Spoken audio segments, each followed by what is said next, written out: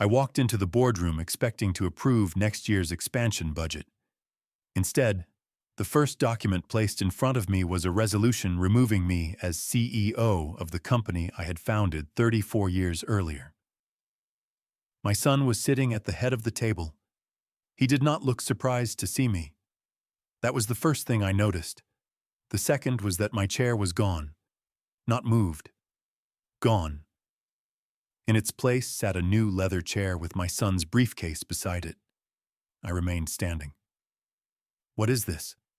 No one answered immediately. There were 6 people around the table. 3 board members, our chief financial officer, the company attorney, and my son, Caleb. He folded his hands. "Dad, sit down." "There's no chair."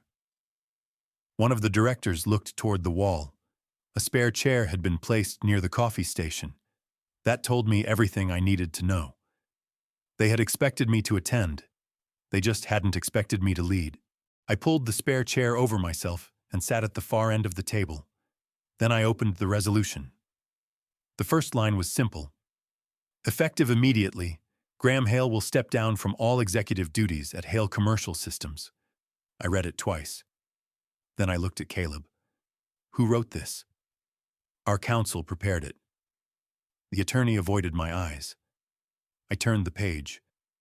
The resolution claimed I had become an obstacle to the company's growth. It mentioned delayed approvals, outdated management practices, concerns about continuity. Then I reached the final paragraph. Caleb Hale would assume the role of Chief Executive Officer. The vote was scheduled for that morning.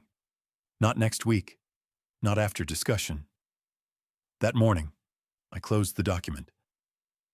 When did this board decide I was no longer capable of running my company? Caleb leaned back.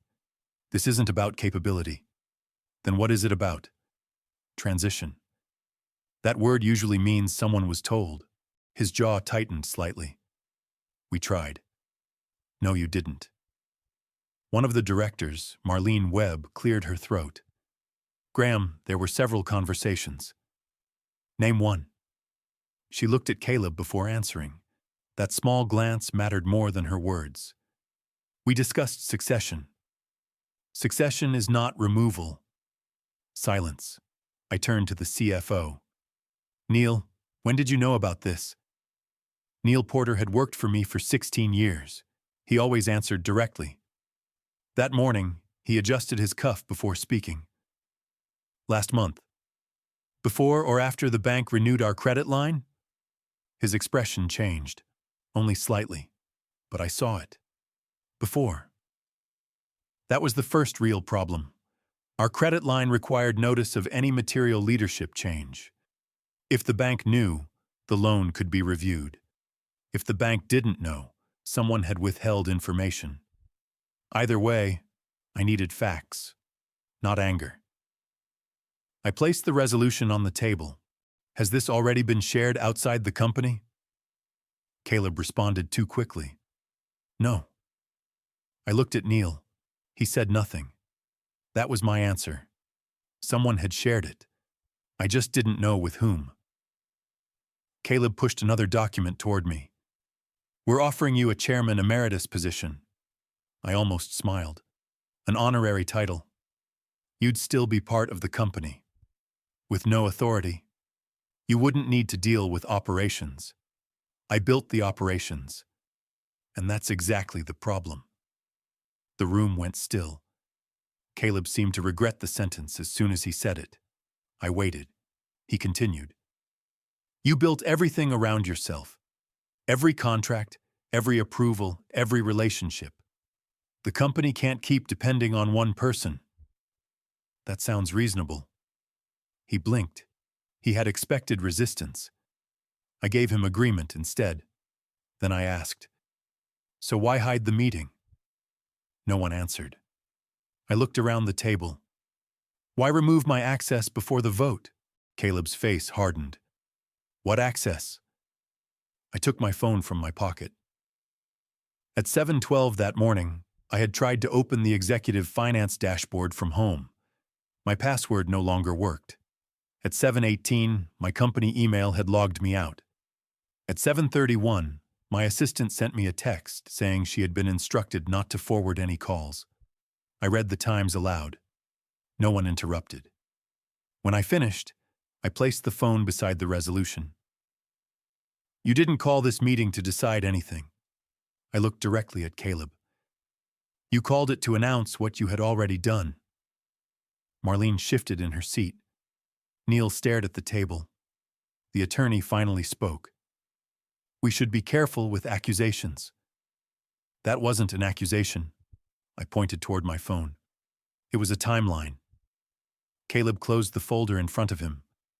We can argue all morning, or we can vote. I nodded. Then vote. That surprised everyone. Even the attorney. Caleb looked at me carefully. You understand the result is likely to be permanent?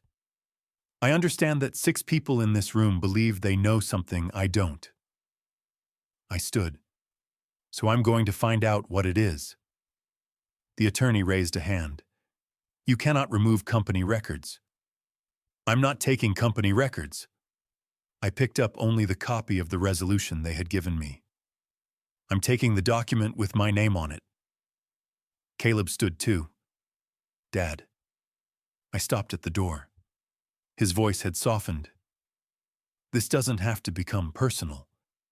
I looked back at him. You changed my passwords before removing me from the company I created. I held up the resolution.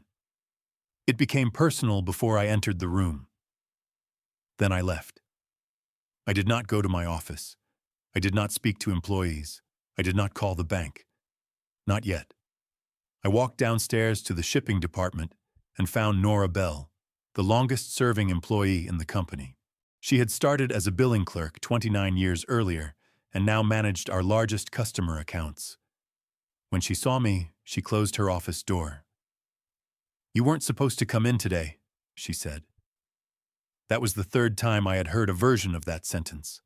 I placed the resolution on her desk. Who told everyone I wouldn't be here? She looked at the document but did not touch it. Caleb. When? 2 weeks ago. 2 weeks. The meeting had only appeared on the official calendar 3 days earlier. I sat down. What else did he say? Nora hesitated. Then she opened a drawer and removed a printed email.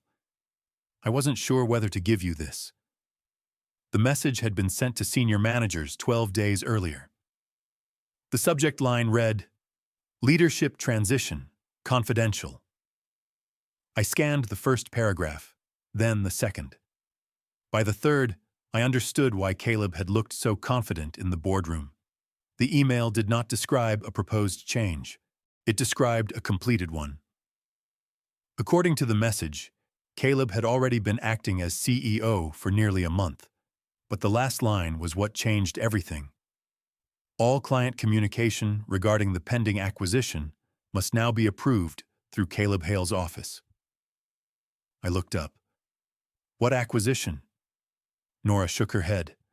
I was hoping you knew. I read the line again.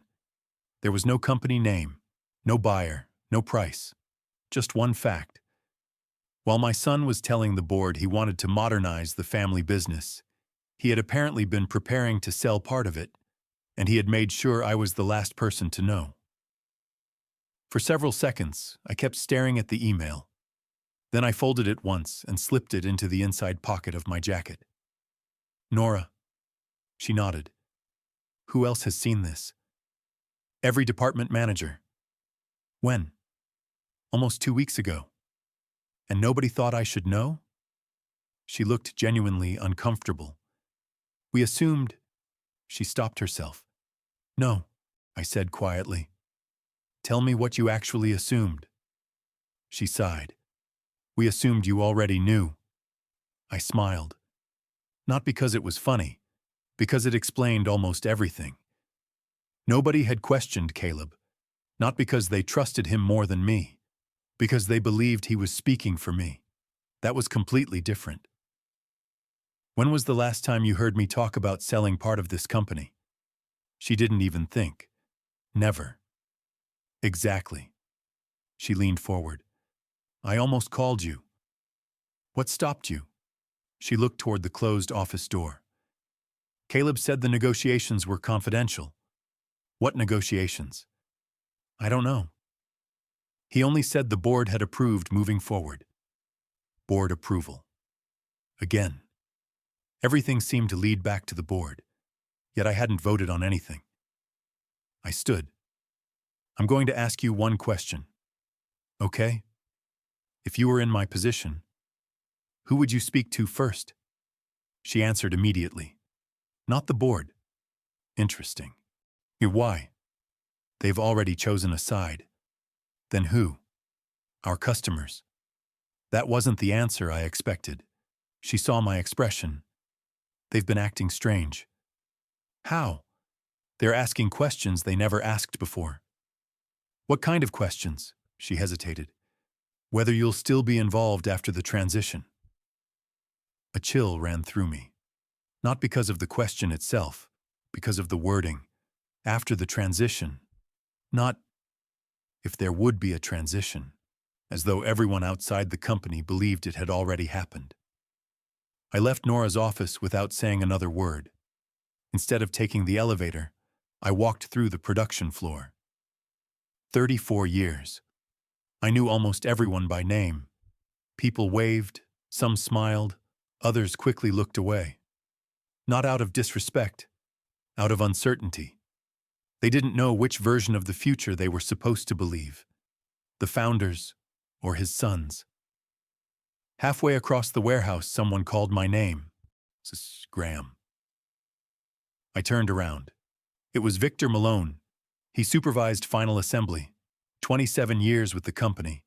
The kind of employee every owner hopes to find once in a lifetime. Reliable, quiet, never involved in gossip. He looked around before walking closer. You have a minute? I do. He lowered his voice. I probably shouldn't be saying this. Then don't.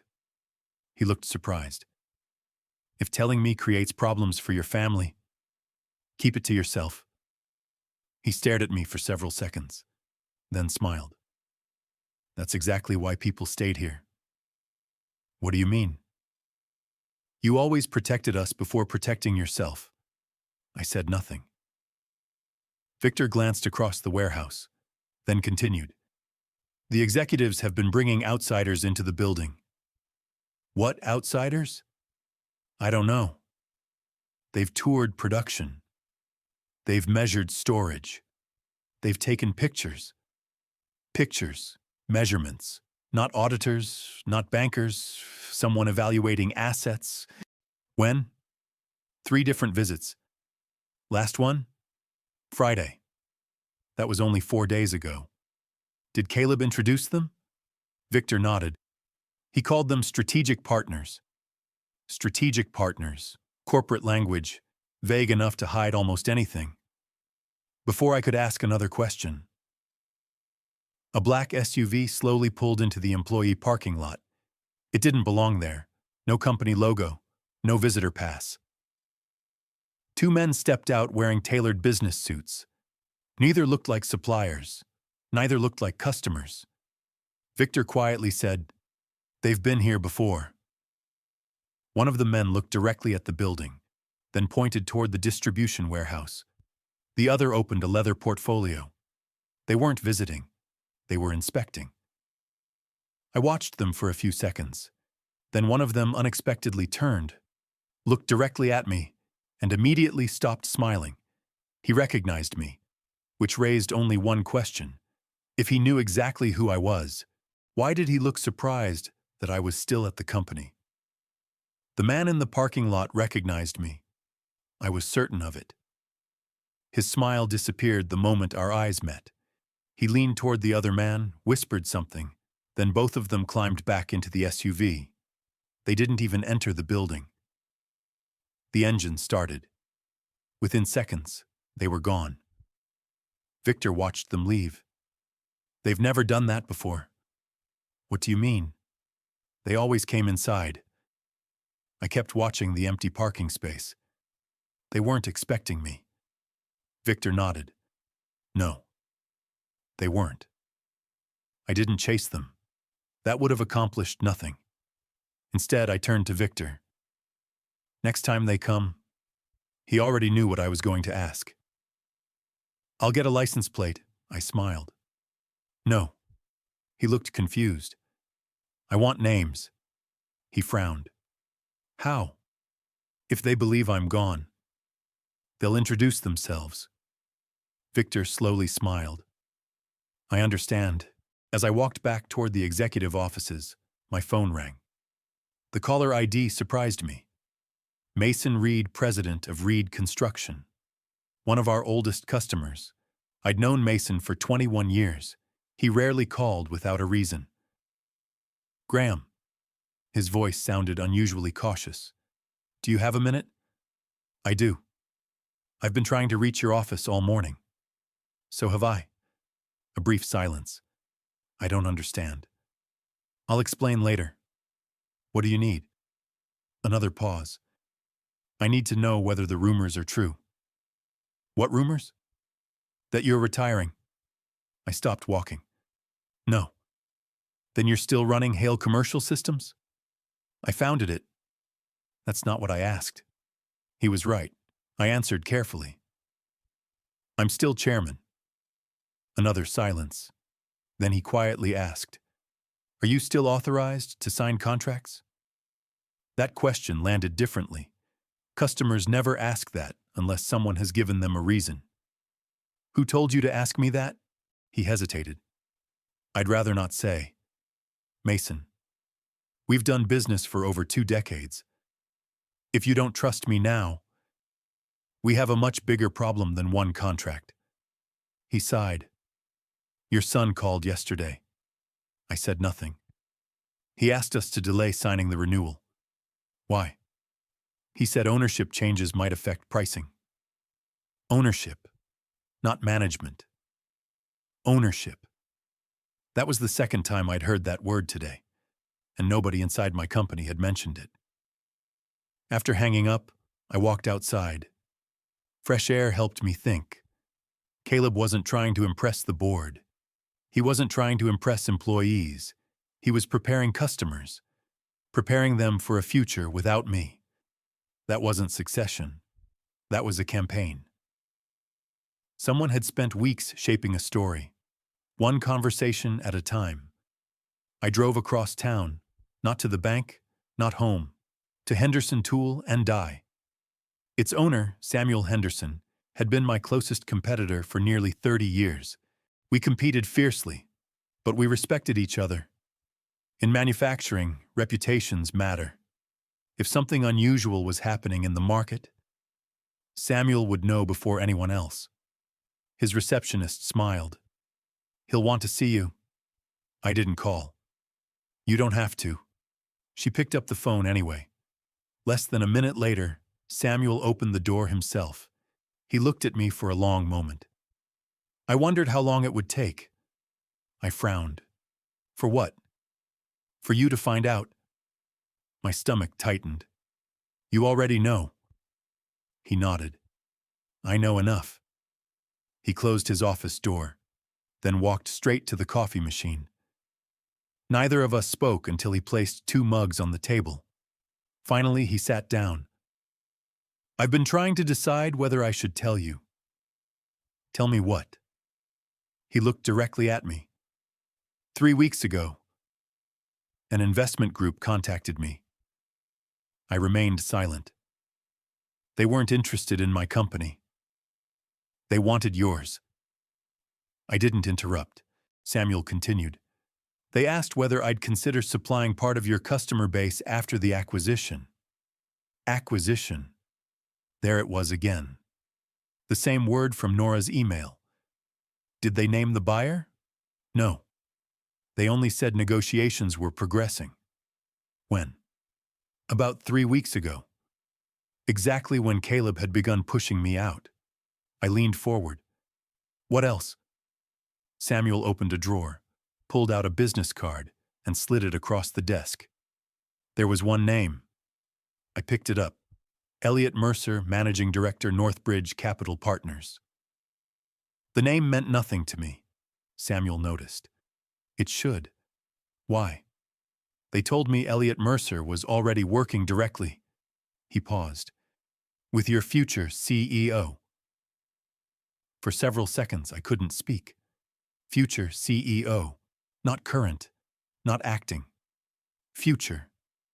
Meaning someone outside my company had already been promised the outcome of a board vote that hadn't happened yet. I slowly turned the card over. There was a handwritten note on the back. Only 4 words. Board vote next Tuesday. I looked up at Samuel. Our board meeting was moved to today. He frowned. What? It was supposed to happen next Tuesday. Samuel's expression changed instantly. He reached for the card, read the note again, then quietly said something that made every piece of the puzzle shift in a completely different direction. Graham, if this note is accurate, someone changed the meeting after these people printed their cards. And for the first time, I realized there might be someone manipulating Caleb, instead of Caleb manipulating everyone else. When I left Samuel's office, I didn't drive back to my company. For the first time in 34 years, I drove home in the middle of a workday. Not because I was tired, because I needed to answer one question before I confronted anyone else. Had my son planned this? Or had someone convinced him it was the only way to save the company? There was a difference. A huge one. If Caleb was the architect, I'd fight him. If he was being manipulated, I'd fight for him. I wasn't willing to decide which one was true without evidence. My house was unusually quiet. The only sound came from the old grandfather clock in the hallway. My wife had bought it during our 10th anniversary. She used to joke that it reminded me to come home before midnight. It rarely worked. I walked into my study and closed the door. On the bookshelf sat dozens of framed photographs, company picnics, Christmas parties, trade shows, awards. Then my eyes stopped on one picture. Caleb, 16 years old, standing beside me in our first manufacturing building. His hands were covered in grease after helping repair a broken hydraulic press. He had smiled with genuine pride that day. Dad, one day this will all be mine.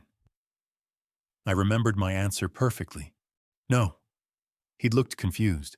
I'd smiled. It'll be yours to protect. Not to own, to protect. At the time, he understood, or at least I believed he did. My phone vibrated. It was my daughter, Emily.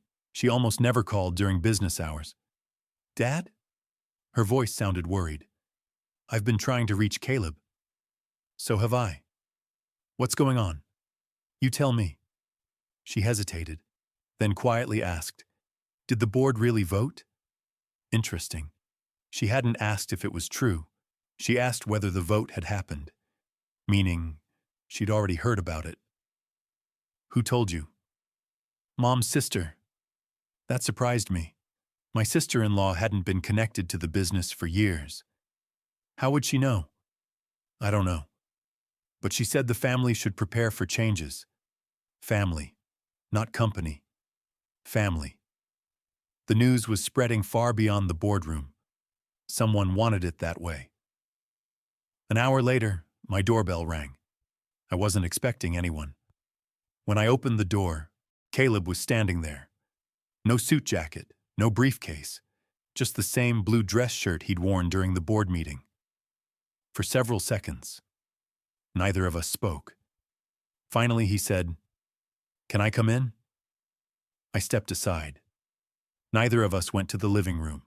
Instead, we walked straight into the kitchen, the same kitchen where we'd celebrated birthdays, graduations, and the day he'd accepted his first full-time job at the company. I poured 2 cups of coffee, placed one in front of him. He didn't touch it. I didn't come here to argue. He spoke first. Good. Because neither did I. Another silence. Then I asked the question I'd been carrying all day. When did you stop trusting me? He looked down at the table. I never stopped. Then why did you lock me out? I didn't.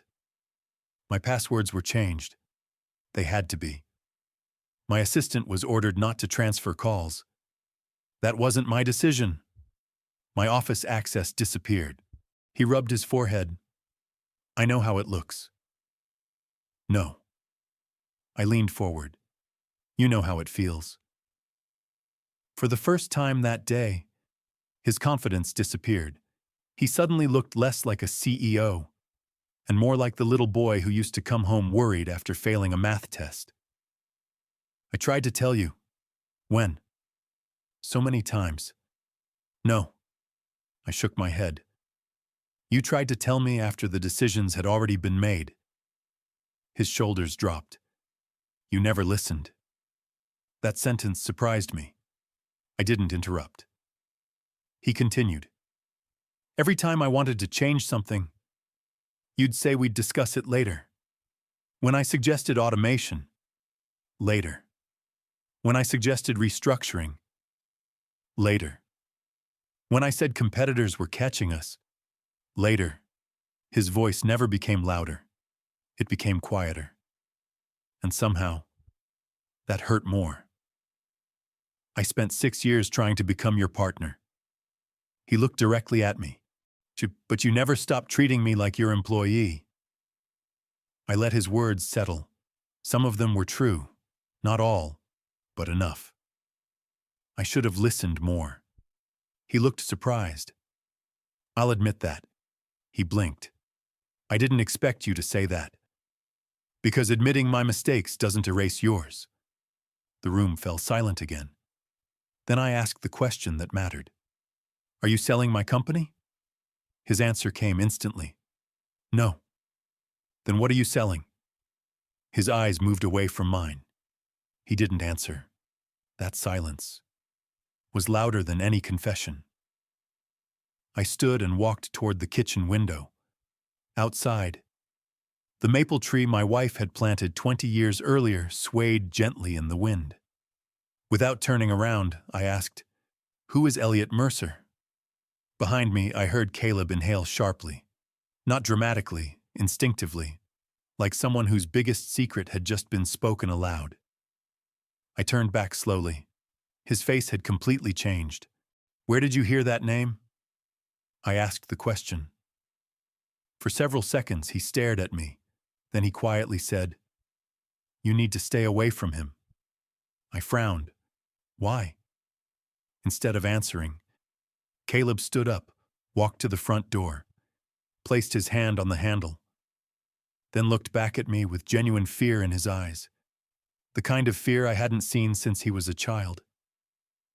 If Elliot realizes you're asking questions, this will stop being a fight about the company. He paused. It'll become something neither of us can control. He opened the door, then left. Standing alone in the hallway, I realized something I hadn't allowed myself to believe all day.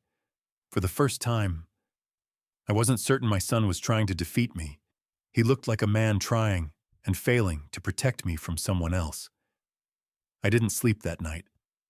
Not because I was afraid, because for the first time since this started, I no longer knew who the enemy was. Until that afternoon, everything had been simple. My son had pushed me out.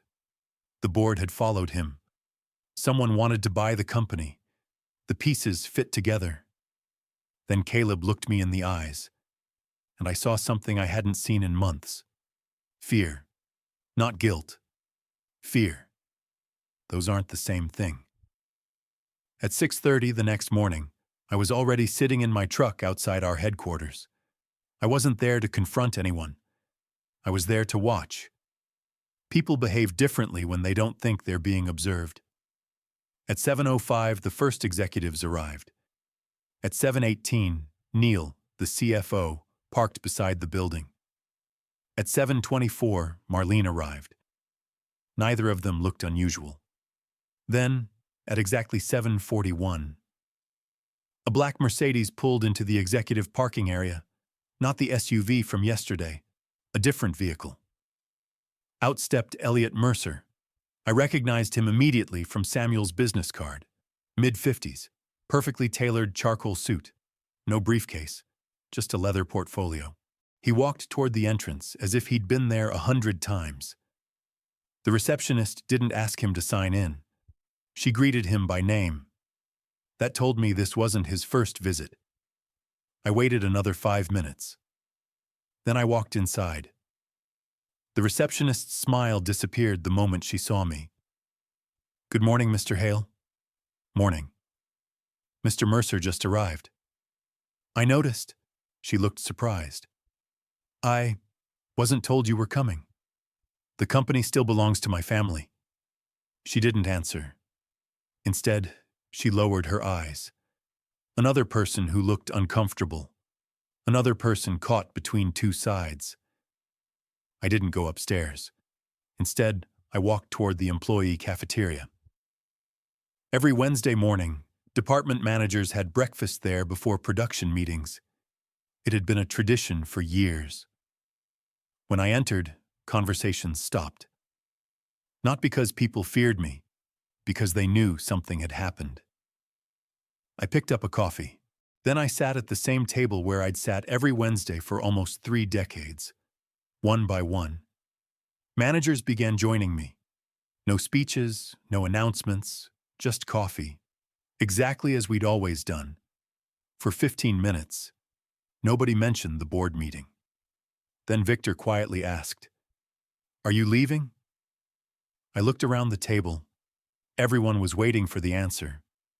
No. Several shoulders visibly relaxed. Then Nora asked, "Is the company being sold?" Before I could answer, another voice interrupted. "No." Everyone turned. Caleb was standing at the cafeteria entrance. He hadn't come alone. Elliot Mercer stood 2 steps behind him, smiling, watching everyone, like a man evaluating an investment. Caleb walked over. Elliot wanted to meet everyone. Nobody stood. Nobody introduced themselves. The room had become strangely quiet. Elliot extended his hand toward me. "Mr. Hale, I've heard a great deal about you." I looked at his hand.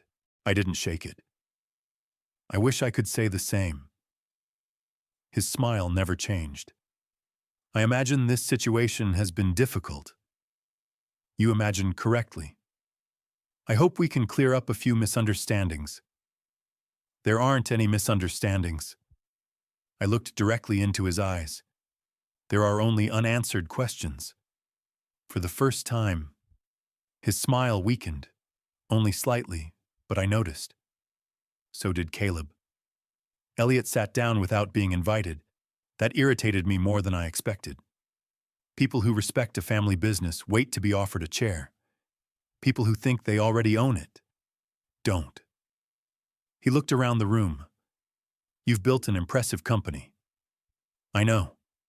I admire founders." I didn't ask for admiration. Caleb shifted uncomfortably. He knew exactly where this conversation was going. Elliot folded his hands. "The market is changing. It always has. Companies either evolve or disappear." I've been hearing that speech since 1994. A few managers quietly smiled. Elliot noticed. "So you don't believe change is necessary?" "I believe outsiders often confuse change with ownership." That was the first time his expression hardened, just for a second. Then the polished smile returned. "You've built something remarkable." He paused. "But remarkable companies deserve remarkable exits." Exit. There it was. Not partnership, not investment. Exit. He wasn't interested in growing Hale Commercial Systems. He was interested in ending the Hale family's control. I stood. "So let's stop pretending." The room became silent again. I looked at Elliot. "How much are you offering my son?" Caleb immediately stood. "Dad." "No." I never took my eyes off Elliot. "Answer the question." He smiled again. "I'm not at liberty to discuss confidential negotiations." "That's not a denial." "It isn't a confirmation either." I nodded slowly. "Exactly." Everyone in the cafeteria understood what had just happened. Nobody had confirmed a sale, but nobody had denied one. Then something completely unexpected happened. Caleb slammed his hand on the table. "Ladies and gentlemen," his voice echoed through the cafeteria. "Would you give us the room, please?" No one moved. He looked around again. I said, "Please." Victor stood first, then Nora, then the others. Within seconds, only the three of us remained. Me, my son, and Elliot Mercer. Caleb turned toward Elliot. "I told you this wasn't the place." Elliot remained seated. "It had to happen eventually." "No." Caleb's voice was colder than I'd ever heard it. "It didn't." Elliot looked up at him. For the first time, the confidence disappeared from his face. He wasn't looking at the future CEO anymore. He was looking at someone who had just stopped following instructions. And in that moment, I realized the balance of power between them had just changed. Nobody spoke. The cafeteria suddenly felt much smaller. Elliot slowly stood. He straightened the sleeve of his jacket as if nothing unusual had happened. Then he looked at Caleb. "I think you're making this emotional." Caleb didn't answer. Instead, he took one step closer. "I told you my father wasn't supposed to find out like this." Those words hit me harder than anything else I'd heard. Wasn't supposed to. Not never. Just not like this. So he had always known I would eventually discover the truth. He had simply hoped it would happen on his terms. Elliot picked up his portfolio. "Perhaps we should continue this discussion upstairs." "No." Caleb's answer was immediate. "We're done talking upstairs." The confidence in Elliot's face disappeared. For the first time since I'd met him, he looked uncertain. "You signed an agreement." "I signed a confidentiality agreement," Caleb replied. "I didn't sign away my judgment." Elliot's voice became noticeably colder. "You've already accepted our conditions." "I accepted an investment proposal." "You accepted much more than that." Caleb looked directly at him. "No. I accepted funding to modernize this company." "I never agreed to destroy my family," I finally spoke. "What exactly did you sign?" Neither man answered. I repeated the question, slower. "What did you sign?" Caleb reached into his briefcase. He removed a blue folder, placed it on the table, then pushed it toward me. "I wanted to show you after the board meeting." I opened it. It wasn't a purchase agreement. It wasn't a stock transfer. It wasn't a resignation. It was a financing proposal. Northbridge Capital had offered nearly $80 million to expand production, automate 2 factories, and open a new distribution center in Texas. On the surface, it looked like the opportunity of a lifetime. Then I reached page 14. There it was. The clause. If the company failed to meet aggressive financial targets within 18 months, Northbridge would gain the right to appoint a controlling majority of the board. Not immediately. Legally, gradually, without buying a single additional share. I closed the folder. "They don't need to buy the company." Caleb slowly shook his head. "No. They plan to own it through the board." Elliot finally spoke again. "That's an unfair interpretation." I looked directly at him. "No. It's exactly the interpretation your lawyers intended." The room became silent again. Caleb looked exhausted. "I didn't see it." His voice was barely above a whisper. "I thought we were saving the company." I believed him. Not because he was my son, because I had made the same mistake once. 30 years earlier, a private equity firm had approached me with almost the same promises. Faster growth, national expansion, professional management. My wife had convinced me to walk away. "They'll never love your company the way you do," she'd said. She was right. I'd simply forgotten the lesson. Caleb had never learned it. Elliot picked up his portfolio. I think we're finished here. No. I stepped between him and the cafeteria door. We're just getting started. He smiled again. That practiced smile had returned. You have no legal basis to stop us. I don't need one. You've signed nothing. I don't have to. He tilted his head. You've already lost the board. I nodded. Maybe. You've already lost management. Possibly. You've already lost your son's confidence. I looked at Caleb. No. I almost did. There was a difference.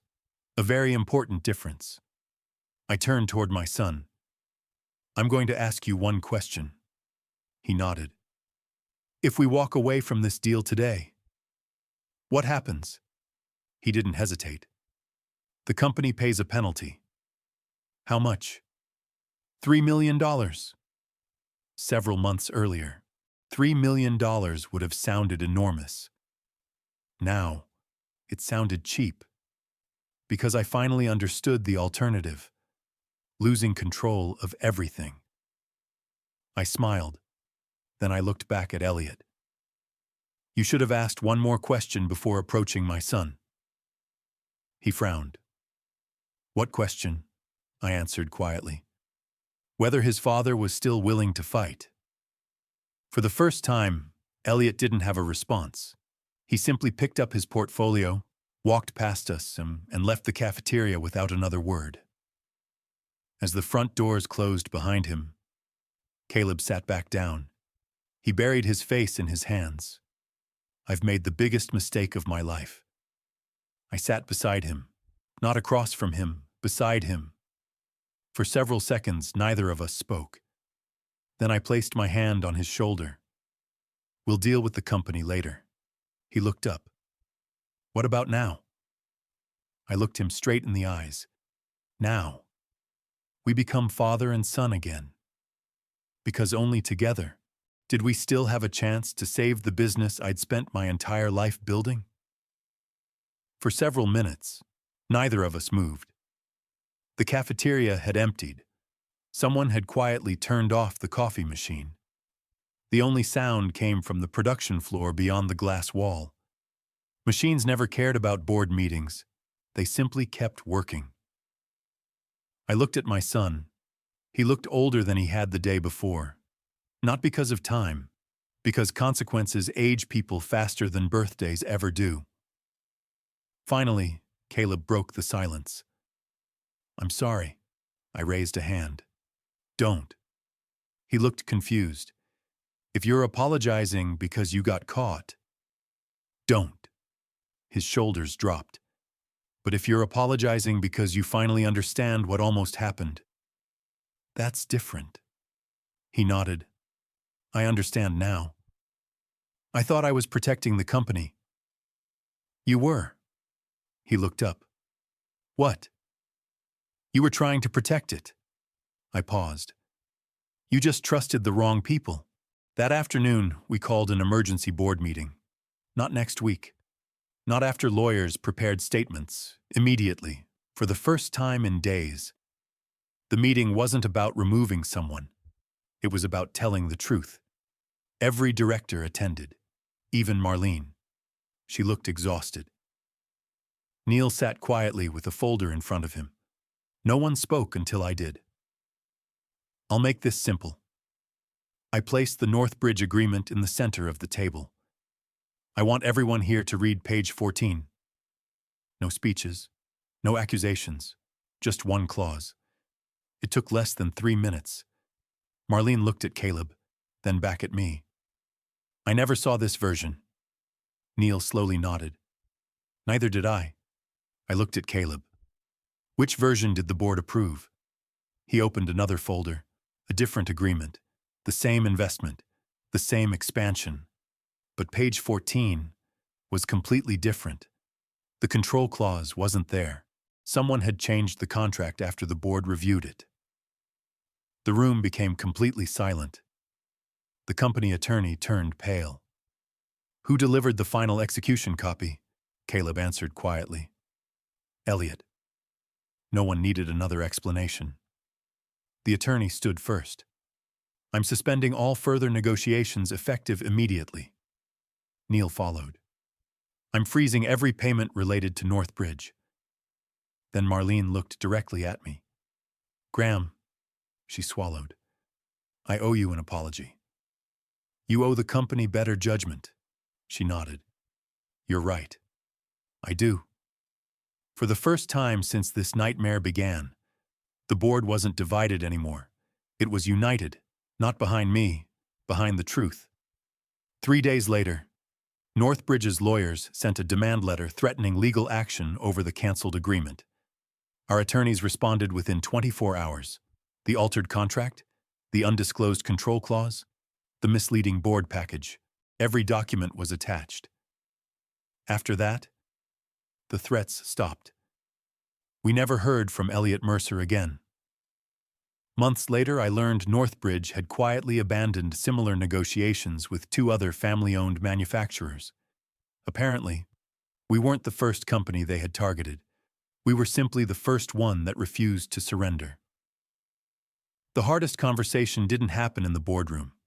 It happened on a Saturday morning. Just my son and me, inside the original workshop where the company had started. The old building still smelled like machine oil. The first drill press I had ever purchased still stood in the corner. Caleb walked slowly through the room. I remember sweeping these floors after school. I smiled. You hated it. I did. We both laughed. The first genuine laugh either of us had shared in weeks. Then he became serious again. I kept trying to prove I could build something bigger than you. I looked around the old workshop. You didn't need to build something bigger. He frowned. You only needed to protect what already existed. For a long moment, neither of us spoke. Then he quietly said, I finally understand what you meant all those years ago. What? When you told me this company would never belong to me. I nodded. I thought you didn't trust me. I trusted you. Then why say it? Because companies don't belong to families. He looked puzzled. They belong to the people whose lives depend on them. I pointed toward the factory. 312 employees, their mortgages, their children's college tuition, their retirements. We're only temporary caretakers. He slowly smiled. I wish I'd understood that before. So do I. 6 months later, the company looked different. Not because ownership had changed, because leadership had. Caleb remained chief operating officer, but this time, every major decision was debated, questioned, verified, not because I didn't trust him, because he insisted on it. I'll never sign another agreement alone, he told the board during one meeting.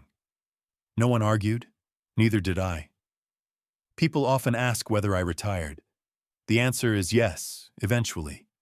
But not because someone forced me out. I retired because one morning I walked through the factory, watched my son solving problems with employees, listening instead of talking, asking instead of ordering. And I realized something. He was no longer trying to inherit my company. He was earning the responsibility to protect it. Those are 2 very different things. Looking back, the greatest threat to my business wasn't an investment firm. It wasn't a dishonest contract. It wasn't even a divided board. The greatest threat was the moment my son and I stopped talking honestly to each other. Because contracts can be rewritten. Board members can change. Investors can walk away. But when silence grows inside a family, someone else will always be willing to fill it with promises. And that's exactly how we almost lost everything we'd spent a lifetime building.